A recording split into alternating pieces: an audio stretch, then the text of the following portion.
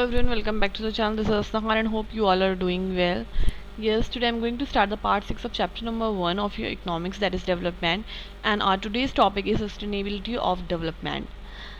We have not inherited the world from our forefathers, we have borrowed it from our children.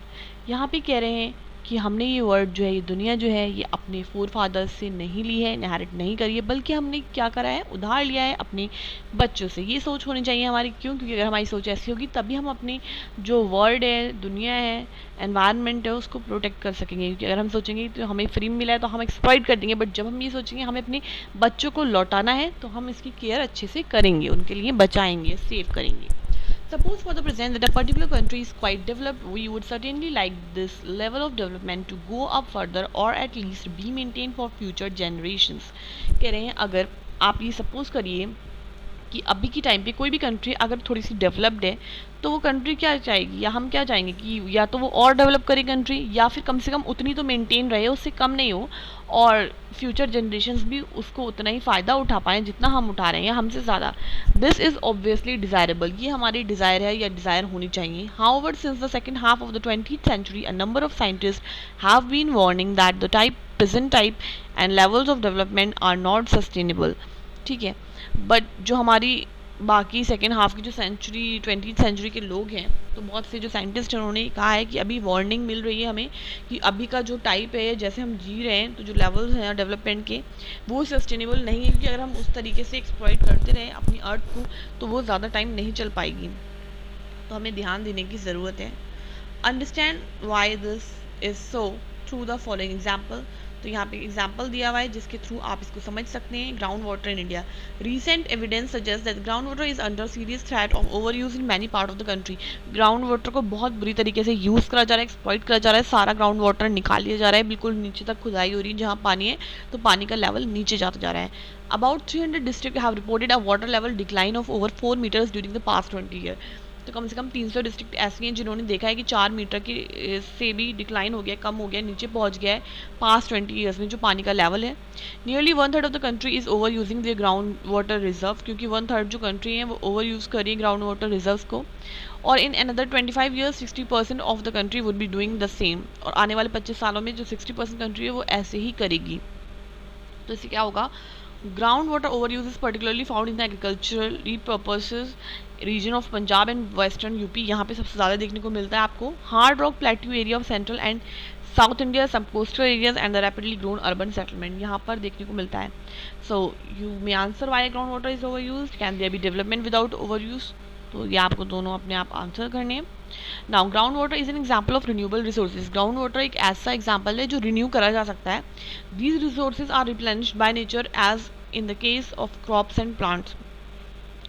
तो ये जो है replenish करी जा सकती हैं फिर से नेचर के थ्रू, अगर अच्छे से क्रॉप्स और प्लांट्स लगाए जाएं। हाउएवर इवन दीज रिसोर्सेज में बी ओवर यूज्ड, और ये देखा जाता है रिसोर्स सबसे ज़्यादा ओवर यूज़ करी जाती है। For example in the case of ground water, if we use more than what is being replenished by rain then we would be over using this resource. क्यों कह रहे हैं, एग्जाम्पल ये दे रहे हैं कि अगर आप जितना रेन आपको पानी दे रही है पर आप उससे ज़्यादा यूज़ कर रहे हैं तो क्या होगा, आप ओवर यूज़ कर रहे हो। अगर आपको जितना रेन पानी दे रही है आप उतना यूज़ कर रहे हो तो ओवर यूज़ नहीं, क्योंकि पानी ज़्यादा रहेगा। बट जब ज़्यादा करोगे तो एक टाइम ऐसा आ गया कि पानी कम हो जाएगा या ख़त्म हो जाएगा। Non renewable resources are those which will get exhausted after year, but कुछ नॉन रिन्यूएबल रिसोर्सेज होती हैं जो कुछ टाइम पे आकर के एग्जॉस्ट हो जाएंगे, खत्म। We have a fixed stock on earth which can not be replenished, और उनका फिक्स्ड स्टॉक है अर्थ के ऊपर और वो खत्म हो गया तो फिर से हम उसको रिप्लेनिश नहीं कर सकते। We do discover new resources that we did not know of earlier. हाँ, हम कुछ नई रिसोर्स को डिस्कवर कर सकते हैं जो हमें पहले नहीं पता थी। New sources in this way add to the stock, तो वो न्यू रिसोर्सेज भी स्टॉक में एडअप हो जाएंगी। However over time even this will get exhausted, but कुछ टाइम बाद वो न्यू रिसोर्सेज भी वो खत्म हो जाएंगी। So now here is example 2, that is exhaustion of natural resources। कैसे एग्जॉस्ट हो रही है मिडिल ईस्ट में, यूएसए में, वर्ल्ड लेवल पे। तो ये फिगर्स आपके सामने हैं, स्टैटिस्टिक्स दी हुई हैं आपको, ये टेबल आप पढ़ सकते हो और अच्छे से समझ सकते हो। Now consequence of environmental degradation, अगर एनवायरनमेंट हमारा डिग्रेड हो जाएगा, क्वालिटी खत्म हो जाएगी। डू नॉट रिस्पेक्ट नेशनल और स्टेट बाउंड्री, तो आप अगर नेशनल और स्टेट बाउंड्रीज की रिस्पेक्ट नहीं करेंगे, this issue is no longer region और नेशन स्पेसिफिक। ये कोई भी ऐसा इशू नहीं है जो सिर्फ एक जगह का है या सिर्फ एक कंट्री का है। Our future is link together, हमारा फ्यूचर एक दूसरे से जुड़ा हुआ है। Sustainability of development is comparatively a new area of knowledge. तो सस्टेनेबिलिटी कैसे करनी है हमें डेवलपमेंट की, कैसे सस्टेन बनाना है डेवलपमेंट को, तो ये भी एक न्यू एरिया है जिसके अंदर नॉलेज होनी चाहिए या है, या इकट्ठा कर रहे हैं जो साइंटिस्ट हैं, इकोनॉमिस्ट हैं, फिलोसफर्स हैं and other social scientist are working together. तो मिलकर वो इसके ऊपर वर्क करें। In general the question of development और प्रोग्रेस इज पेरेनियल। तो जो ये क्वेश्चन है वो कभी नहीं खत्म होने वाला है। At all times as a member of society and as individual we need to ask where we want to go.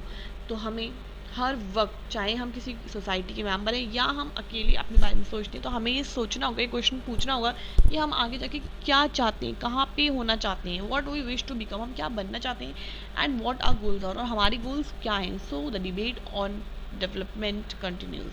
तो जो हमारी डिबेट है डेवलपमेंट को लेकर, डेवलपमेंट के ऊपर, वो हमेशा चलती रहेगी। हर जगह, हर कंट्री में हर पर्सन के अपने अपने डेवलपमेंटल गोल्स होते हैं। तो मेरे ख्याल से आपने इस चैप्टर में बहुत कुछ जाना होगा डेवलपमेंट के बारे में, और बहुत कुछ सीखा होगा जो आपको पहले नहीं पता होगा। हमारा चैप्टर यहाँ पे ख़त्म हो जाता है डेवलपमेंट का। और अगर आपको ये चैप्टर इंटरेस्टिंग लगा हो और आपकी नॉलेज इससे बड़ी हो, तो प्लीज़ मेक श्योर कि आप इस वीडियो को लाइक करिए। अगर चैनल सब्सक्राइब नहीं करा है तो you can subscribe to this channel, also you can share it with your friends, and I will meet with the solution of this chapter in my next video. Till then take care, bye bye students.